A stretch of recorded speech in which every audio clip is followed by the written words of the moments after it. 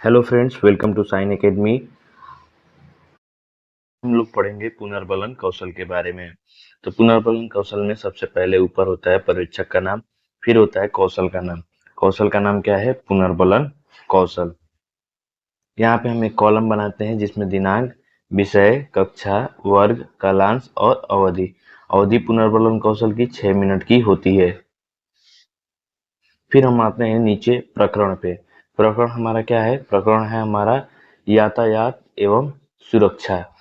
कौशल के घटक क्या हैं? चलिए एक एक करके कौशल के घटकों को समझ लेते हैं।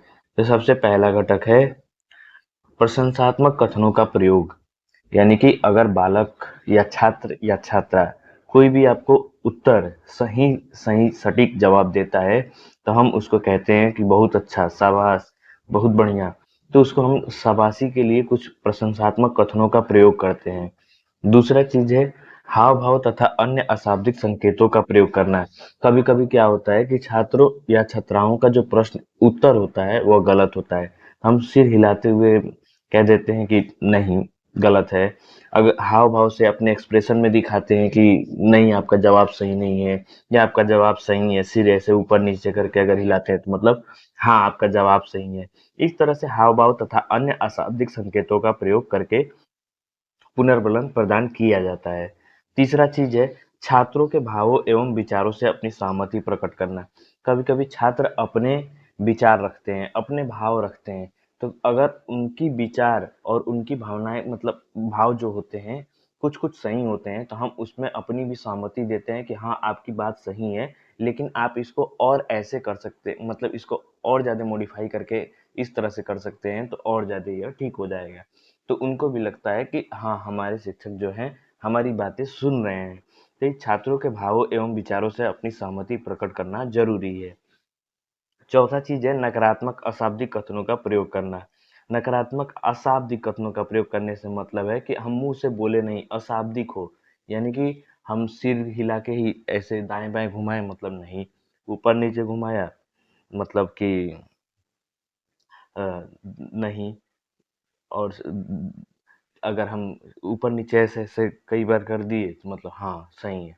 अगर हम आँख से भी, अगर वो बता रहा है क्वेश्चन कुछ तो हमने आँख से ऐसे कर दिया कि बंद करके कि तो ये क्या है? ये सारी चीज नकारात्मक अशाब्दिक कथनों का प्रयोग है। तीसरा पांचवा चीज है नकारात्मक शाब्दिक कथनों का प्रयोग करना। जैसे कि नकारात्मक शाब्दिक कथन क्या हो जाएंगे? जो हम लोग बोल के करते हैं। तो अगर हम उस छात्र से कह दिए कि नहीं, आपका उत्तर सही नहीं है, बैठ जाइए, आप फिर से कोशिश कीजिए। तो ये क्या है? नकारात्मक शाब्दिक कथनों के द्वारा उनको एक नकारात्मक पुनर्बलन, दो तरह के पुनर्बलन होते हैं, एक सकारात्मक होता है, एक नकारात्मक होता है। तो दोनों ही जरूरी होते हैं। छठवां है छात्रों के सही उत्तर को श्यामपट्ट पर लिखना। अगर छात्र या छात्रा सही सही उत्तर दे देते हैं तो हम क्या करते हैं? उनके उत्तर को श्यामपट्ट पर लिखते हैं। सातवां चीज है पुनर्बलन का समुचित प्रयोग करना। हमको पुनर्बलन का हमेशा प्रयोग करना चाहिए कि छात्र उत्साहित रहें, छात्र छात्रा हमेशा उत्साहित रहें कुछ जवाब देने के लिए, कि अगर हम जवाब देंगे तो हमको शाबाशी मिलेगी, गलत होगा तो ज्यादा हमको बोला भी नहीं जाएगा, बस बताया जाएगा कि फिर से आप आगे से कोशिश कीजिए। तो पुनर्बलन का प्रयोग करना जरूरी है, क्योंकि छात्र उससे क्या होता है, उत्साह उसके अंदर आती है, उसके अंदर रुचि आती है, वो क्लास में अच्छे से पढ़ता है। आठवां चीज है छात्रों के सुझाव का समर्थन देना। अगर छात्र कोई सुझाव देते हैं तो उनका भी हम क्या करते हैं? समर्थन करते हैं कि हाँ, आपका उत्तर सही है, ये चीज सही है। नीचे आते हैं प्रेजेंटेशन पे। यहाँ पे आपको पता है कि 7 से 8 क्वेश्चन होंगे और उसमें एक कॉलम बन गया है क्रम संख्या।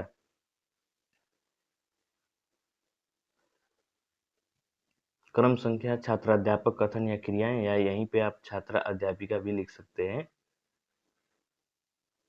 और इधर है छात्र कथन या क्रियाएं और इधर है श्यामपट्ट कार्य। पहला चीज है कि बस, जीप, ट्रेन आदि का उपयोग हम किस रूप में करते हैं? यात्रा करने के लिए। तो हमने क्या किया? ठीक है।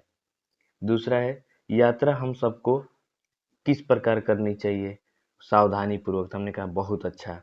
तीसरा, सड़क दुर्घटना किस कारण होती है? लापरवाही के कारण। इसका भी छात्र छात्रा ने जवाब दे दिया तो हम क्या कहेंगे? कि बहुत अच्छा। तो वह और ज्यादा उत्साह से बाकी सारे बच्चे बढ़ते हैं कि इसको तो शाबाशी मिला, हमको भी मिलना चाहिए। तो सब उत्साह होके जवाब देने के लिए तत्पर होते हैं। तो हमने क्या कहा, शाबाश। चौथा क्वेश्चन है, सड़क दुर्घटनाओं से बचने के लिए हमें किसका पालन करना चाहिए? यातायात नियमों का। सही है, सिर हिलाते हुए। यही है न, न, नक अ, सकारात्मक। जैसे कि हम कुछ अगर सही क्वेश्चन हो गया तो ये अशाब्दिक कथनों के द्वारा पुनर्बलन है। पांचवा है, सड़क पर हमें किस दिशा में चलनी चाहिए? बाईं ओर। रात को वाहन चलाते समय किसका प्रयोग करना चाहिए? संकेतक का। ठीक है, और उत्तर को श्यामपट्ट पर लिखना। सातवां क्वेश्चन है, सड़क पर फुटपाथ किस लिए बना होता है? पैदल यात्रियों के लिए। शाबाश। आठवां क्वेश्चन है, रेलगाड़ी में हमें क्या लेकर यात्रा नहीं करना चाहिए? ज्वलनशील पदार्थ। तो यहाँ पे हमने उत्तर को श्यामपट्ट पर लिखा कि ज्वलनशील पदार्थ, ये वाला।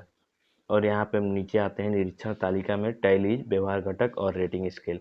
एक एक करके हम आठों घटक को यहाँ पे लिख लेंगे व्यवहार घटक में। और न्यूनतम में आपको पता है कि 0 से 3 होता है और अधिकतम में 4 से 7 होता है। ये सारी चीज़ें आपको पता लगा लेनी है।